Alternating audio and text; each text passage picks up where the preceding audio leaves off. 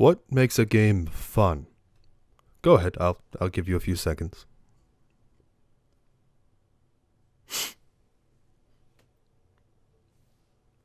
Oh, you're done? Okay. Really, any of the answers you did or didn't give could be entirely true. Maybe you don't find video games fun and you prefer to read or to write or to draw. Really defeats the point of my question, but fun is nothing but a subjective pile of messy bullshit that we show other people. Our friends usually find fun through the same means as us because that's how friends are made. And this isn't the 3rd grade, so you knew that already. But truly, really, honestly, what makes a game fun?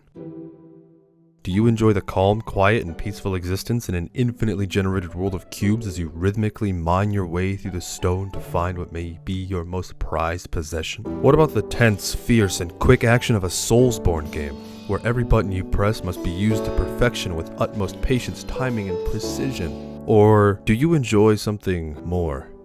Something potentially more dangerous?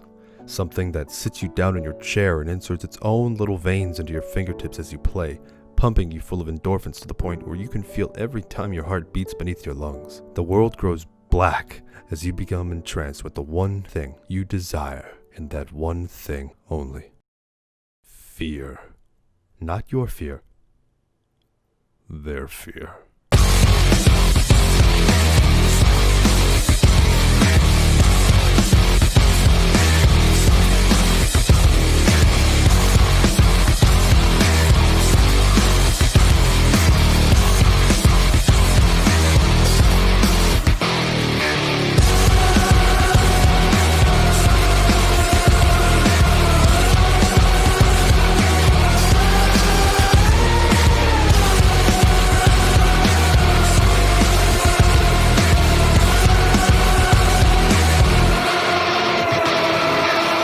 Pure, unadulterated testosterone pumping through your veins as you slaughter whatever stands before you. Now that makes a game fun, in my opinion. The presence of this nigh unstoppable force in a world of silly little monstrosities to tear apart with your bare fucking hands as the music crescendos really is just the candle on top of an incredible cake of video games. And that testosterone isn't limited to just Doom either. There are quite a few games that make me feel this way. Games like Devil May Cry 5 and its hack and slash action, Skyrim and its dragon fights, or even Sunset Overdrive and its soda sloshing rail grinding combat. All of these games have one huge thing that catches the ear: audio. Whether music, roaring, or sounds of exploding soda monsters, audio is what makes a game truly fun for me. Why does that matter again, Mr. Video Maker? Well, audio is everything in games, and the proper sounds can evoke proper feelings. And that is why I would like to bring you to the man of the hour. The theme of this video and the reason why I oh so happily use Doom and its rage-fueled protagonist as a primary connection. Even if my intention was only to use the music from Doom. So please, allow me to introduce you to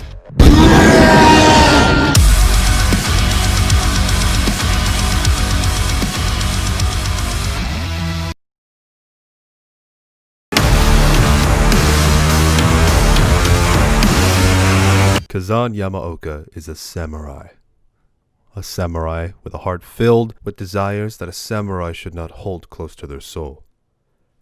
While his intentions were for the betterment of the samurai culture, the road to hell is paved with good intentions. He wanted to end the false samurai, farmers posing as honor-bound warriors, and so he tried, and succeeded greatly. He became a force of nature, if you will, a being thought to be evil, and his own name was foregone and instead replaced by the name of a Japanese demon. He became Oni Yamaoka, the Oni.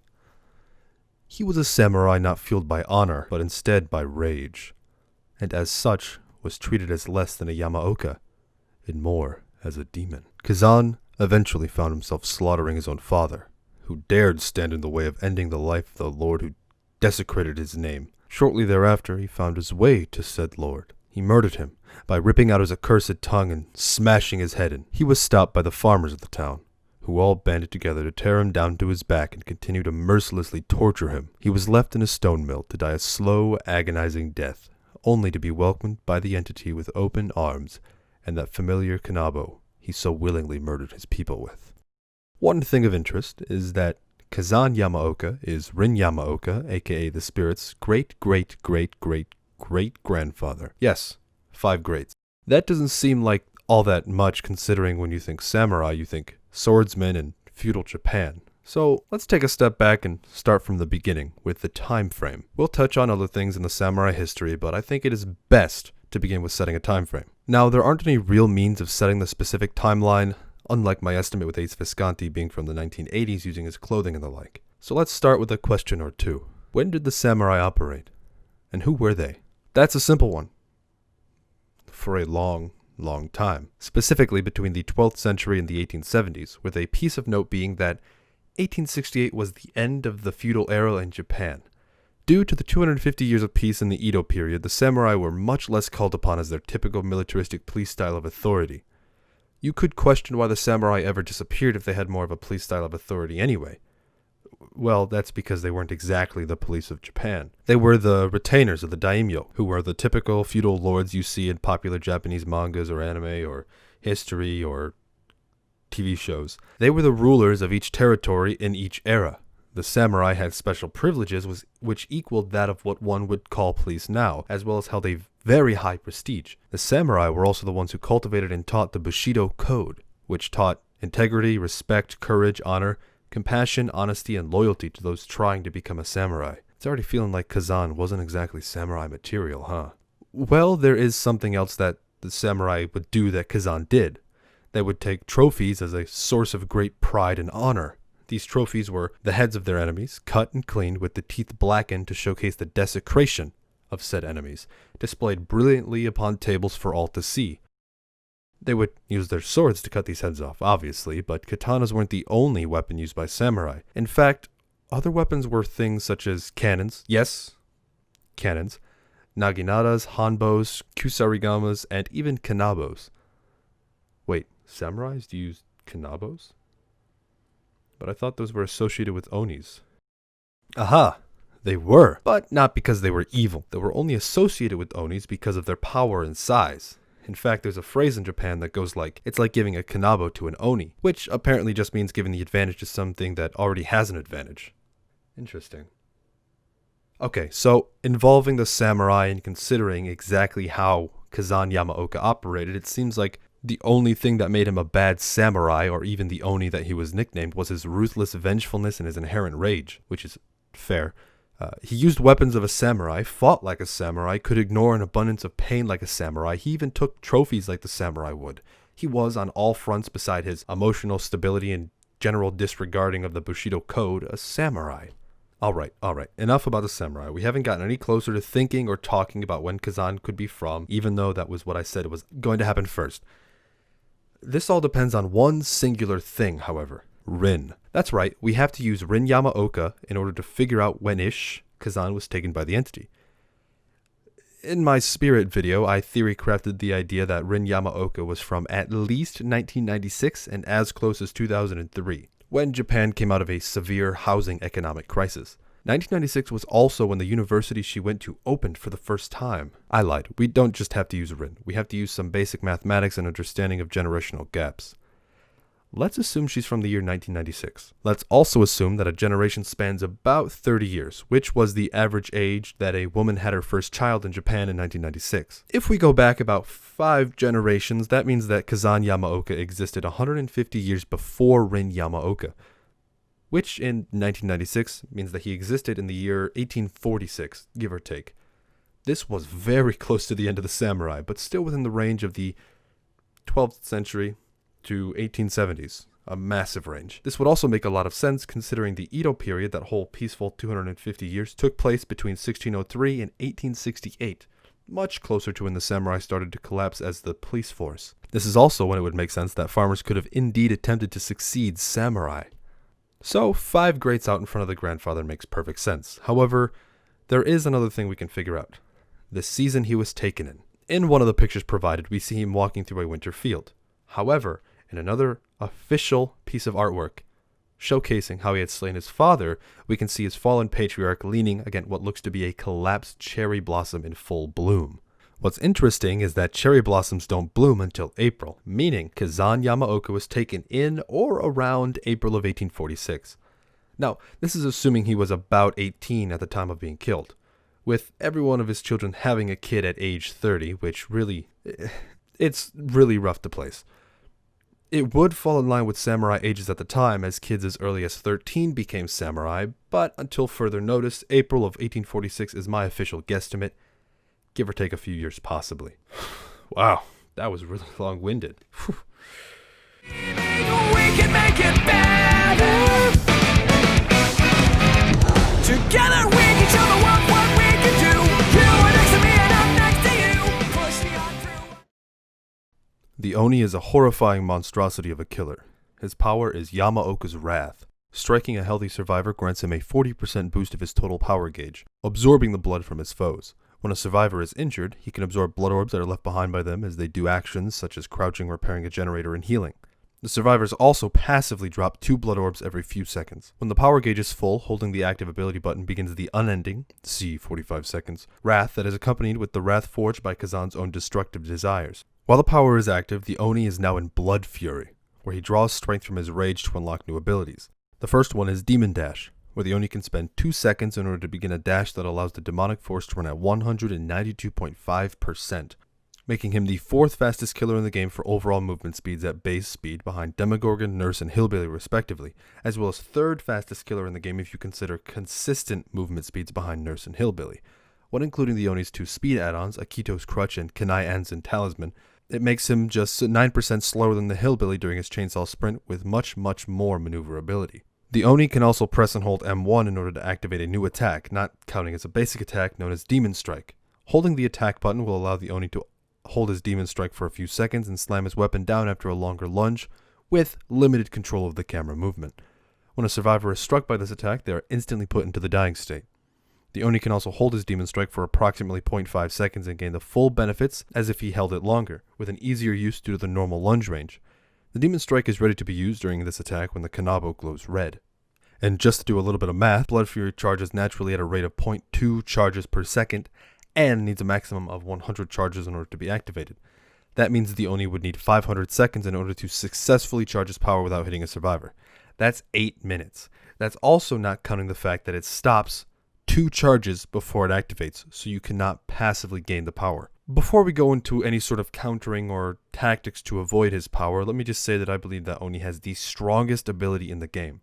The thing that makes him balanced is that he doesn't start with the power and has to charge it up through the use of blood orbs between each use, meaning that the Oni can successfully obtain his power at nearly any point he desires, but if the survivors are good enough, they can stall the Oni's power gain quite a bit.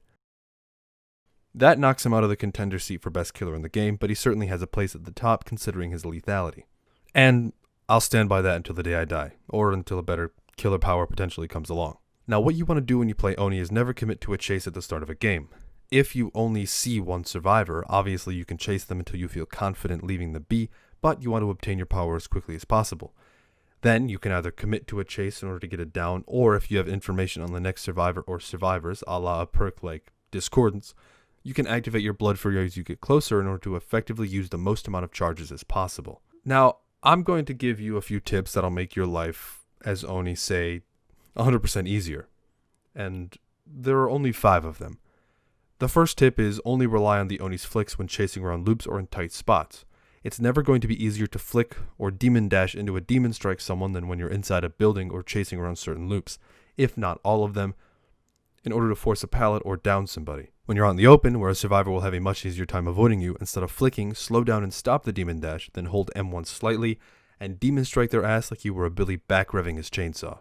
Another thing worthy of note is that using Q and E for your flicking works just as well as using Q and E for curving on Billy. It's not a necessity, but for those who were used to the Q and E curving will do just fine keeping their muscle movement when it comes to flicking. Third is that whenever you're in Blood Fury mode, striking an injured survivor with Demon Strike will massively deplete your power. So it's almost always far more worth chasing the healthy survivor if you're able to. If you just can't find them, so be it, down the injured survivor instead. Fourth, holding W while in Demon Dash will actually slow down your strafing, so don't do it. It will hinder you in the long run, or in the long dash, rather. And finally, never force yourself to hold on to your Blood Fury. If you have even a hint of information about where a survivor might be, don't be afraid to use it. Treat it like a Myers Evil Within 3, or if you hold it until you know you need it, you potentially could just waste it and lose out on pressure. But if you use it too frequently, then you will lose out on the chance to gain that much pressure again. Of course, if you know exactly where a survivor may be, you can save your Blood Fury until you get closer, but don't be afraid to use it right after you get a hook or kick a generator. In short, Oni has a somewhat difficult power to master in mechanical skill, using his maneuverability better in flicking, all the while carrying over a lot of game knowledge from previous killers. A lot of what makes Oni difficult comes from the between the power moments, where he either has to find a lot of blood to regain his power or hit survivors who are actively healing in order to maintain pressure. And of course, when it comes to countering Oni, there's one thing that all Onis hate more than anything in the world: rounded objects. Rounded objects and Oni don't mix whatsoever. Whether it be rocks or even objects that have a sudden turn inwards like TL walls, Oni does not do well around them unless you properly use your maneuverability. In fact, if you see an Oni running at you, it's often easier to juke by leading him over towards a TL wall or a rock and trying to maintain a curve on him. His approximately 90-degree flick, which is deceptively 180 due to a camera position bug that the Oni currently experiences, is tough to properly aim around corners, as it's only a 90-degree turn instead of a 180-degree turn, like it was on the PTB before the Cursed Legacy chapter released. Any other type of loop, especially pallet loops, can be tough to run an Oni around due to his pressure and Blood Fury, and his ability to instantly smash down pallets with only the typical 2.5 second cooldown similar to Demogorgon's Shred. There really isn't much else in the way of countering the Oni. The only other thing I can recommend is not getting hit, but that counters every killer. It just ends up countering the Oni more than others because it's directly linked to keeping his power from charging. And so we should probably move on to the add-ons. I'm not going to go into extreme detail, but I will go over the add-ons in a relatively quick but informative fashion, while giving detail where necessary. And if Editor Jack even thinks about it, he might do a tier list for the add-ons. So let's begin. The Yakioke Talisman slightly increases Blood Orb absorption speed, and is not bad. Absorbing Blood Orbs faster means you're able to gain your power faster. It never hurts to get your power faster. The Rotting Rope slightly increases the range you can see your Blood Orbs at. Not exactly what you need if you use your intuition and memory as to where injured survivors are or were, but it can help you if you need something to visualize where your Blood Orbs are further away. Cracked Sakazuki. The Cracked Sakazuki slightly reduces both your Blood Fury activation and deactivation time. This means you begin your power and come out of your power quicker. This is probably Kazan's best common add-on if you ever just want to burn through common add-ons. Slightly increases your movement speed while absorbing Blood Orbs. This can definitely be helpful since Kazan walks slower than a survivor's running speed while absorbing Blood Orbs. It's not necessary, however. This add-on slightly increases the passive charge rate of Yamaoka's Wrath. This isn't really necessary. It's one of Oni's worst add-ons, I'd have to say. The passive charge rate, as mentioned earlier, is incredibly slow and stops at 98 out of 100 charges, so you'd still require one less Blood Orb in order to actually fully have your power. This add-on works similarly to the Cracked Sakazuki, however it also includes the moderately reduced penalty when downing a survivor in Blood Fury. Downing a survivor in Blood Fury takes away about 7 seconds from your duration, and this doesn't include injuring a survivor, which takes away 40 charges. Slightly increases the duration of Blood Fury. You can never go wrong with more time in Blood Fury. Hell, chances are it'll net you one more down if you weren't careful enough to pay attention without it. Not necessary, but definitely helpful. This moderately decreases the detection range for Blood Orbs, so it's a better version of the Rotting Rope add-on. Not much to say beyond what I already said there. This add-on moderately increases the absorption movement speed. This add-on makes you 1% faster than survivors while absorbing, but still 14% slower than you were before absorbing. It's worth it if you don't want to lose a lot of distance on survivors while absorbing mid-chase. Moderately increases Blood Fury duration. Again, duration is absolutely stellar, and this add-on increases the duration by about 8 seconds, bumping it up to 53 seconds worth of Blood Fury. Slightly increases the amount of Blood Orbs dropped by survivors. The way this add-on works is in two ways. One, it decreases the time between when Blood Orbs are supposed to drop, and two, by dropping one more additional Blood Orb every time a game event calls for it. It's a decently worthwhile add-on. Moderately increases Yamaoka's passive charge rate. Again, not really worth it if you injure survivors enough. You can probably pass on these and you wouldn't be missing out on much. Considerably reduces Demon Dash activation time while Blood Fury is active. This is Oni's single best add-on in my opinion. It decreases the time to activate Demon Dash by 1 second. Demon Dash activates after 2 seconds. Having Demon Dash just 1 second away every time you need it is incredibly strong. This moderately increases Demon Dash movement speed. If you enjoy speed, this is an add-on for you, absolutely. There's not much else to say about it. Considerably reduces the penalty for downing a survivor in Blood Fury. It's worth using if you have no other add-ons, especially if you want maximum value out of Blood Fury. A better version of the wooden Oni mask. Increases the amount of blood orbs dropped by the same amount, but reduces the cooldown between blood orbs being dropped by moderately more. Considerably increases Blood Fury duration. Simple and clean, one of the best add-ons you can take. The second best add-on Kazan has considerably increases Demon Dash movement speed. Absolutely one of my favorite add-ons to use alongside the Top Knot for maximum Demon Dash value, or alongside the Kenai Anzen Talisman for maximum speed. I'm going to be spending a bit more time on the iridescent add-ons as they're much more game-changing, or should be game-changing while at the same time being strong, in my opinion. Renjiro's Bloody Glove. Survivors absorb blood orbs they drop and reveal their aura for 2 seconds. This also stacks for every blood orb the survivors absorb. They can also see the blood orbs. This add-on is great in certain builds and not worth using in a normal Oni playstyle. It takes blood orbs you could use to charge your power to show auras, which isn't worth it when actively using your power. If you play Oni like you were an M1 killer, this add-on becomes probably one of its strongest for the sole fact that aura reading is incredibly strong when used properly. If you injure every survivor and keep them injured, you'll have readily available information throughout the entire match in the form of aura landmines. And finally, Iridescent Family Crest. Missing a demon strike causes survivors within 12 meters to scream and reveal their location. Okay, this is Oni's worst add-on. It isn't worth running in any capacity and you'll never really find any reason to run it beyond just fucking around or testing add-ons. In fact, there aren't many builds you could reliably use something like this in, but let's try it out anyway in the perk build section. The Oni's perks aren't the greatest perks in the game. In fact, they're all pretty weak in the grand scheme of perks. This isn't saying that all perks should be meta-busting, but these ones in particular do tend to fall short without some assistance. The Oni's first perk is Zanshin Tactics. It unlocks potential in one's aura reading ability.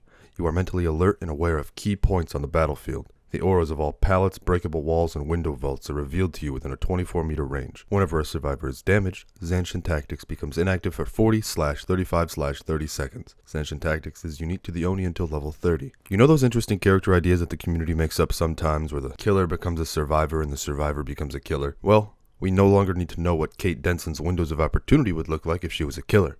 It's right here for the world to see. And it's incredibly weak. I would say it's the worst killer perk in the game, similar to how Windows of Opportunity can be considered the worst survivor perk. The best it does is help newer killers find pallets and learn their placements on maps, but I doubt a new killer is going to be trying Oni or buying his perks instead of going for Trapper, Wraith, Hillbilly, or Nurse from the start, or asking what perks they should focus on getting. Nobody's going to say Zanshin Tactics. Of course, that isn't to say you can't make potential use out of it, it's just that there isn't much use in general. It can be used to properly plan out where a survivor is going to go, considering the nearest pallets and windows without mind gaming yourself. You can react to all of that pretty quickly if you already know where it's at, though. The only catch is that once a survivor is injured, in any way, you have to wait 30 seconds again before that easy-peasy information is available to you. So you're going on what you remember, which again shouldn't be too difficult. When it comes to builds involving Zanshin Tactics, there really isn't anything that comes to mind. You could do a semi-meme build that helps you learn and chase better. We'll call it the Hasty Chase build, which can be done on really any of the available killers, but can help on the killers that are primarily M1, such as Legion. So we'll call it a Legion build, yeah? Poor soul needs all the help you can get anyway. The perks in this build are Zanshin Tactics, Brutal Strength, Enduring, and Pop Goes the Weasel. The add-ons used in this build are really up to the discretion of the player. But if you want a couple of choices, you can do Stolen Sketchbook and Fuming Mixtape to increase the duration of your frenzy, and to see which generators are being worked on using the aura intensity reading of the Fuming Mixtape. Of course, Fuming Mixtape is an absolutely garbage tier add-on, that's no over-exaggeration, but it certainly can sort of help if you need to help track generators, especially post-hook for that Pop Goes the Weasel value. This build doesn't necessarily need any further explanation, as all the perks are good at helping new killers learn looping naturally over time and not waste too much time being affected by aspects of a chase. Another build that we can talk about is another meme build with no real effective value other than its purpose. We'll call this build Aura, I Hardly Knew Her.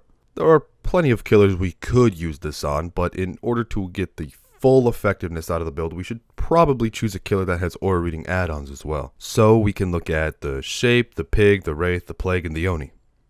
Each of these have an aura reading add-on that significantly helps them in detecting survivors. However, since the Pig with her Amanda's Letter add-on and the Oni with his Renjiro's Bloody Glove add-on can't use their powers effectively, we'll count them out for now.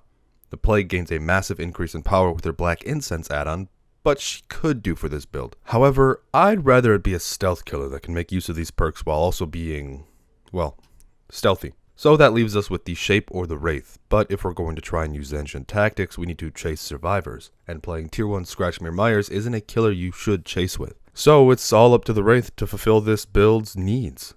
We can even use this build on indoor maps such as Midwich, Leary's, or the game. The add-ons we'll be using are the All-Seeing Blood and Windstorm Blood add-ons. With all of that out of the way, let's finally get into the perks.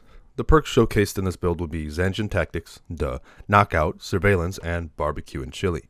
With this being a meme build, it's not too useful outside of anything but having fun. You'll get more points out of Barbecue and Chili, and kicking generators will let you hold decent map pressure as either killer that you choose to, with Surveillance. Knockout serves to help slug survivors that you need to keep pressure on. Zancian Tactics, once again, does, well, nothing. It does nothing, really, unless you're trying to chase, which is the only thing that makes it even slightly good. But really, if you ask me, and don't tell the video I said this, just use Hex Haunted Grounds instead of Zancian Tactics. The Oni's second perk is Blood Echo. The agony of one is inflicted on others. When hooking a survivor, all other injured survivors suffer from the hemorrhage status effect until healed and the exhausted status effect for 45 seconds. Blood Echo can only be triggered once every 80/70/60 seconds. Blood Echo is unique to the Oni until level 35. Blood Echo is as Blood Echo does. It works when it works and doesn't when it doesn't. This perk is mildly entertaining to use on any killer that can cause a consistent amount of injuries in a short amount of time, and any killer that can cause the broken status effect can really entertain the idea of this perk to its full potential.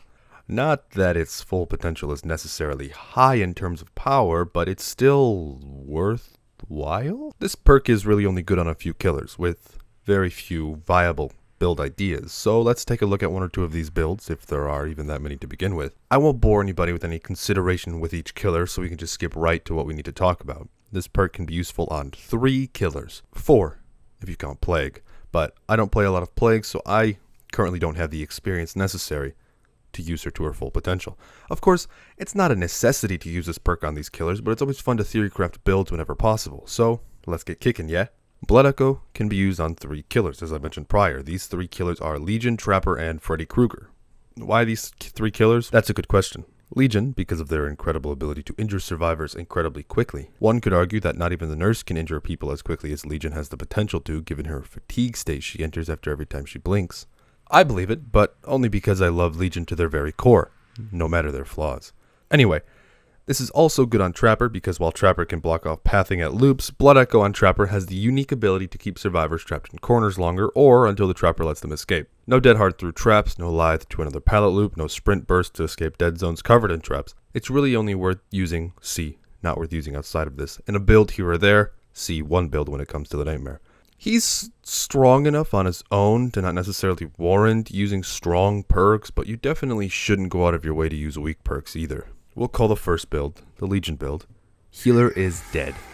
And it will consist of Blood Echo, Deathbound, Sloppy Butcher, and because Legion has a rough time keeping generators under control, I guess we can say Dying Light as well. Not because it's magnificent, but because it will entice the obsession to heal, allowing Deathbound to proc more often, considering you run as far away from each other as possible as soon as you see a deep wounds bar and hear the terror radius. Blood Echo will help Legion hold semi-control over the match so survivors can't sprint burst away to waste frenzy meter if they do heal, but overall, since you don't really want to heal against Legion considering it wastes your time more than theirs, Blood Echo will help shorten loops by taking out a potential dead hard. Deathbound is a worst case scenario style situation considering that once they heal, Blood Echo no longer affects them, so you use Deathbound to force people to become oblivious when they run away from one another in your frenzy, and pick them off later. Sloppy Butcher entices them to stay injured, instead of wasting time to heal, and Dying Light will come easily if everyone is injured and you decide to hook each of them, outside of the Obsession. With the combination of a 33% faster healing speed for the Obsession and Deathbound, then the Obsession should theoretically heal terror radius far less than the other survivors. That'll help you hold pressure over them over the match, especially if you slug them and await someone else to heal them and have Deathbound affect them.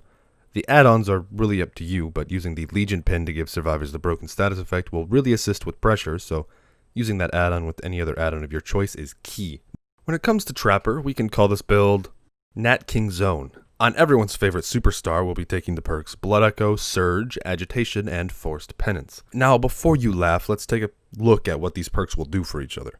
Obviously, we want to make Blood Echo work somehow while also making use of every one of the perks in the build. The first thing you want to do with this build is set up a perimeter with your traps. Obviously, that's what any knowledgeable trapper would do right off the bat, but sometimes you get caught up in other business like chases or the like. With the perimeter, you want to hold your position, preferably a 3-gen, right from the start. With agitation, you're going to hook people in your 3-gen, and forced penance is only used to make sure people who are trying to body block are forced to stay injured and broken for a short duration of time. Surge is just a means of making sure the gens in your 3-gen perimeter are kept nice and low as you down survivors. While not perfectly optimal using the build, it sure as hell makes decent use out of Blood Echo, which keeps the broken and injured survivors from dodging through your traps, as mentioned previously. For add-ons, it isn't really specific as to what add-ons you need for this build. You probably should use at least a stitched bag in order to hold more traps to set up your perimeter quicker. And now it's old Fred Boy's time. The only reason why I chose Freddy is because of his natural ability to negate loops pretty easily with his snares, and because he negates borrowed time with his dream world. If you want a challenge, just use his palace instead and bada boom. It makes Freddy just a little bit tougher to play. Not incredibly tough to play, but a bit rougher than the snare mare. There isn't really anything too incredibly different that we would use from the previous build on Trapper, so we can use the same perks. The only changes I would make would be to Agitation and Surge. In their place, we can instead choose Pop Goes the Weasel as our Generator Regression perk alongside Gearhead to cover Generator information, all the while hitting survivors to injure them. Gearhead isn't a great perk by any means, like at all, but it fits the theme of the build. When it comes to his add-ons, they don't necessarily matter in the grand scheme of the build, but we can go ahead and choose the red paintbrush as well as the second add-on being anything you choose. This section is going to showcase a couple of perk builds that I enjoy playing on Oni. There are a few of them that I usually use when I play Oni, so I'll introduce them as we go, but not dwell too much on how they work in their details. The first one is called Onitial D, and it was the meme build I referenced a bit ago. It includes Nemesis, Play With Your Food, Barbecue and Chili, and I'm All Ears. The add-ons will be Akito's Crutch and Kezai Enzen Talisman. This build relies on Play With Your Food in order to obtain the speed with the combination of the associated add-ons, and I'm All Ears in order to make sure you can see survivors whenever they vault to escape you, or attempt to. Barbecue and Chili can really be replaced with any perk, but I threw it in there for the auras and the blood point gain. The second build is called Shinoni. Get it? Shinobi, but Oni at the end. And it's the Oni's stealth build, or as stealthy as a giant raging screaming ogre man can get. The perks included in this build are Dark Devotion, Tinkerer, Trail of Torment, and Surveillance. All of these perks will help him stay undetectable, and Surveillance and Trail of Torment are an interesting combo. Surveillance hides the aura from Trail of Torment, and it seems like a bug, but it is yet to be fixed as of this video, so it works for now. The add-ons aren't really all that important for this build, as none of them really help keep him quiet, so use whatever you desire. The third build is called Renjiro's Bloody M1, and it makes use of Renjiro's Bloody Glove to see survivor auras when they're injured and absorb the blood orbs they drop. The perks included in this build are Sloppy Butcher, Save the Best for Last, Surge, and Blood Echo. With this build, you don't ever want to use your Blood Fury until you find the Obsession. That way you can save your tokens and save the best for last so you don't waste any time during chases. If you don't have any stacks, attacking your Obsession is perfectly fine naturally. As stated earlier, this build makes use of Renjiro's Bloody Glove while also using Splintered Hull to make more blood orbs appear around injured survivors. The fourth build is called Scream Prince, and it makes survivors go, "Ah!" a lot. This is the only semi-themed build I could think of that makes use of Oni's Iridescent Family Crest add-on. This build is called Scream Prince to rival the next build, and because it really shouldn't even be called Scream Prince because it doesn't really mean much in terms of power. The perks are Infectious Fright, Deathbound, Iron Maiden, and Dragon's Grip. The add-ons included are Iridescent Family Crest and Lying Fang. The final build is what is known as Oni's most powerful build. I call it the Scream King Oni, not because it involves perks that make survivors scream in every way possible like the previous build, but instead because it makes Oni the king, and it makes survivors scream, kind of. It's not really all that much more complicated. Anyway, the perks in this build are Barbecue and Chili, Infectious Fright, Pop Goes the Weasel, and Monitor and Abuse. This is a pretty straightforward build. Monitor and Abuse lets you get close, Pop Goes the Weasel gives you that post-hook pressure, Infectious Fright increases your power's lethality tenfold, and Barbecue and Chili gives you points and auras, so you can use your power effectively. The add-ons for this build are going to be Akito's Crutch and Scalped Topknot. One final thing I'm going to be doing is placing each killer onto a tier list at the end of each video I decide to make. And when it comes to Oni, since we'll be using him as the first killer in this new tier list idea, we'll be placing him right smack dab into A tier. We could place him into S tier since he's the only one, but we'll leave him in at A tier for now. There isn't anyone else in this tier list at the moment, but with future videos there definitely will be. So we'll check back in the next video to place another killer here. And with that, this video is over, or almost over. I just want to say thank you for watching, thank you for tuning in, and I hope you enjoyed the video. Please leave any feedback in the comments. I'm more than happy to accept it and try my best to make future videos better. And, of course, don't forget, stay happy, stay healthy, stay lovely, and most importantly of all, stay lucky.